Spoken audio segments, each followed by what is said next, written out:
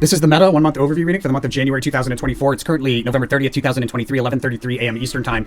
Meta at the time of this reading is $323.43. That's USD. And the shuffle file for the Meta reading was created on October 25th, 2023 at 1:35 p.m. Eastern Time. That's this video here in the corner. So the overall theme of behavior for Meta in January is an important support level that's highlighted. It looks like it's at a higher price level, but there's an important cash out opportunity at a peak here on like a multi-day scale. It's crossed with an important resistance where we kind of like flatten out around that resistance. So there's an important support and an important resistance, both highlighted. We probably cover a lot of ground in January and going from a resistance to a support or vice versa. And that would go hand in hand with a lot of the other January readings. Behavior around the highest side, we have a decline off of the highest side down to and through support to meet a second support, and then we rotate sideways along that support for a bit. Looks like there's a pretty notable rally into the high. And then behavior around the lowest low, we have a rally out of the lowest low along a diagonal trend line, breaking through a horizontal resistance on a multi-day scale to meet a second resistance and then pulling back to somewhere between those two price levels. So that's the general behavior of Meta throughout January. We're going to get into the day-by-day chart behavior in just a second, but before we do that, I want to make sure everybody's aware the whole purpose of the channel is to transmute some of the competitive energy of the stock market into goodwill. Imagine if everybody that made money in the stock market took some of that money and they donated it to a charity like here. The world would be a much better place. So we can do a bit of that, and we do that here by following the rule of karma for the channel, the unwritten agreement between the universe and anybody utilizing this information for profit. If you plan to utilize this information for profit, you must follow these rules or the universe will shut you off. 5% of the profits from every profitable trade using this information should be donated forward to one of these charities. Just click here and donate. 5% of the profit should be donated back to the channel through one of these links. It leaves you with 90% of the money. Make sure to spend that money out of love. As long as you follow those rules, my friends, the universe considers you an angel investor. The channel is going to send it back to you tenfold. Let's get into it. All right, so on the first, we have a peak early in the day, an important peak early in the day, and a notable decline off of that peak offering opportunity. There's a day trade opportunity in there. I'll talk about in more detail in the paid version. Likely gap up the third in the morning. Looks like that's where there's a cash out. There's a significant cash out opportunity there. I'm going to talk about in more detail in the paid version, but we have a notable decline off of a prominent peak there. So we go from a prominent peak early in the day on the second to a trough early in the later in the day on the second to another peak, prominent peak early in the day on the third with a notable decline off of it, and then we probably gap up again on the fourth. There's a trade opportunity there, and a trade opportunity that'll stand out on like it'll stand out as a really auspicious opportunity amongst other opportunities within the same reading. Looks like it's mixed. So we have a peak early in the day, or a crest early in the day on the fourth, and then we decline pretty notably. There's multiple failed attempts to break through key resistance on the fifth, and it looks like that's probably on the way down. For a lot of the January readings, I have another high here on the eighth, and it looks like that's possibly what's going on here. Out of a decline or out of a scary drop over the week on one of those two, there's a significant move higher. It'll be like an unexpected move higher right there on the eighth, even in the face of seemingly overwhelming headwinds or some really negative technical chart behavior. But we move into a high there, and then the following day we have a peak that we sell off from pretty prominently. A big move down at the end of the day. A day trade opportunity there on the ninth. Oh, also a trade opportunity on the eighth. We'll talk about all that in more detail in the paid version. So we decline pretty notably, especially into the end of the day where we see a trough there on the 9th, and then out of that decline on the 10th, from the bottom of a range and a trough all the way to the top of a range, we rally out of that decline. Big move higher on the 11th early in the day to a peak. We bump along resistance, and then on a lot of the readings here, we have a bit of a drop around the 11th, 12th. What's interesting is that we have an inverted Prince of Wands card here, so that'll be interesting to see how it plays out. What it does mean is that this is a pretty important day. I think it's probably going to be hard to say. It's probably mixed, but whatever direction ends up going, it's going to increase with momentum moving forward in time. And then on the 16th, we have an important technical resistance level highlighted on a multi-day scale. A lot of price change there. Usually you do like a pop and drop or a drop and pop. When you see an Ace of Wands or a Princess of Wands, it's some sort of behavior like that surrounding the resistance level, so you're able to trade it in both directions. We're going to talk about that in a lot more detail in the paid version. Let's take a look and see how we're doing for November. All right, so that's the 1st of November, right? We have a low on the 2nd, so we missed the low by one day. It does end up being the 2nd does end up being the second lowest day of the whole month, so pretty solid there. Matter of fact, I missed this little ruin here, but that's an indication of a lowest low there, so the reading was 100%. I just missed that by a little bit, but in any case, very close. If you opened up a long position there, you would have been a happy camper. And then we have a highest high around the 16th, 17th, and it looks like we missed that by a little bit, right? We were kind of like up in this area. However, still a really solid trade. If you went from opening up along there on the 1st to closing along on the 17th, you would have gone from roughly 302, left a little on the table, 302 to 334. So that $32, guys, $32 that you would have been able to gain following along on the trades from the paid version of the Meta reading. On the 10th, we had another opportunity. It looks like there was opportunity to open up a long position at a trough on the 10th. You can see that would have paid off pretty darn well as well. And then on the 22nd, that ends up being a high that we ended up missing. So we're a little bit off on the high, but the reading does have the Ace of Swords there indicating a highest high, as well as this ruin here, this Labradorite pendulum, all indicating highest high. So this is a really solid reading. And then we get into troughs here in the last week, and you can see how that's taking place. You would have made a ton of money if you had the paid version of this reading, that's for sure. All right, let's get back into it. We have a prominent high here on the 16th, as early in the day, as indicated by the Ace of Swords, and a lot of price change covered.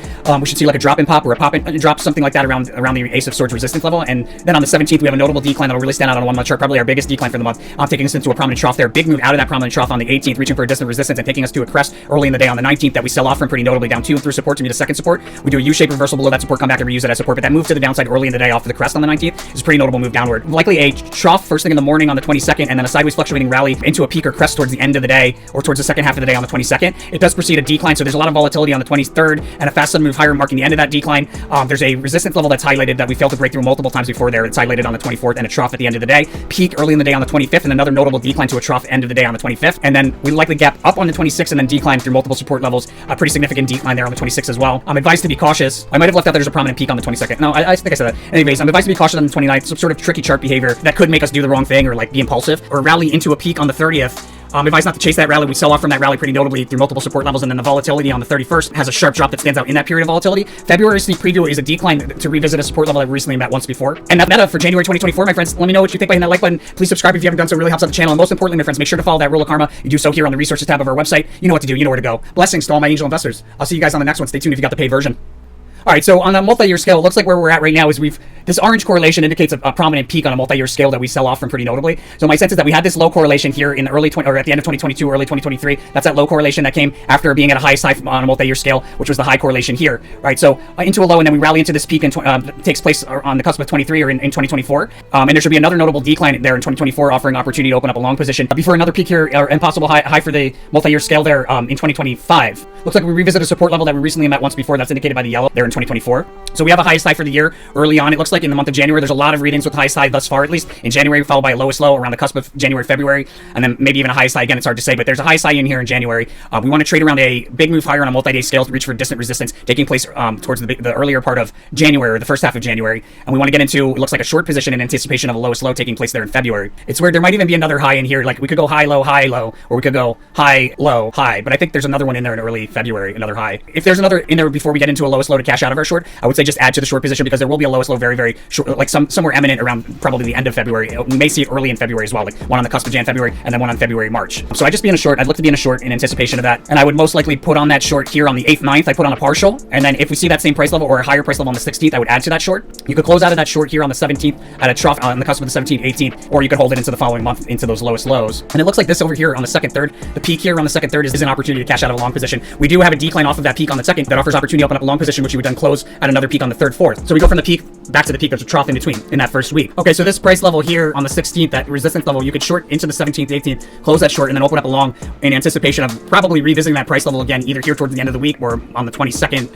And I would close out at that price level that we met here as a high on the 16th. I would close out of it here if we see it again around the end of the week or on the 22nd. If I don't see it by the 22nd, I would close out of that long position anyways. Take a loss in that case, but unlikely that that takes place. It's interesting. We go from like a peak to a trough here, like a pretty significant peak. What else is interesting is that the high correlation card for the January high on the 2024 reading correlates to the last day of December pretty strongly. And we have peaks here at the beginning of January. Interesting. I think the lowest low is probably here on the 17th, but we may have it here on the 9th, 10th. It's possible. I think it's probably here on the 17th. As far as highest highs, that's a little bit more difficult to determine, but I think we probably have our first highest high here on the 2nd, 3rd, and then we get into higher highs or the same highs here on the 8th, 9th, and probably the same highs on the 16th. Now this is probably the same highest high, and then if we do have a higher price level, it's going to be there on the 22nd, 23rd, but I'm not certain that that's going to take place. It's a pretty choppy back and forth reading, guys, so I would pay more attention to day-by-day chart behavior and the trades than I would about the highs and the highest highs and lowest lows, because it's a difficult reading to determine that. Hard to say. I'm getting 3 locations. I'm getting 8th, 9th, I'm getting here on the 16th, I'm getting here on the 22nd, 23rd for highest highs. All right, guys, this situation here is a good example of why it's really invaluable tool to get the paid version, because like I'm not going to go back and re-record the public version, and I just noticed that I left out this unicursal thing. So like I might talk about it in live, but I left it out of the public version. Only the paid version people are going to hear me talk about it, because I just saw it now. All right, so there's several places where we have sharp drops, and this really makes this reading look a lot more like it looks more solid now, because we go from this high sharp drop into a low, and then we go from a high into a sharp drop into a low again. And we could have a sharp drop on a multi-day scale at any one of these unicursals, or it could be all of them. It'll be at least one of them, but it could be all of them. As far as comparative performance to the S&P 500, looks like S&P 500 outperforms Meta in January 2024. My friends, that is the January reading for Meta. Thank you so much for your support in the paid version of this reading. And without people like yourself, we wouldn't be able to put out this content. So blessings to you. You know where to do. You know where to go. That rule of karma. I'll see you guys on the next one. Blessings to all my angel investors.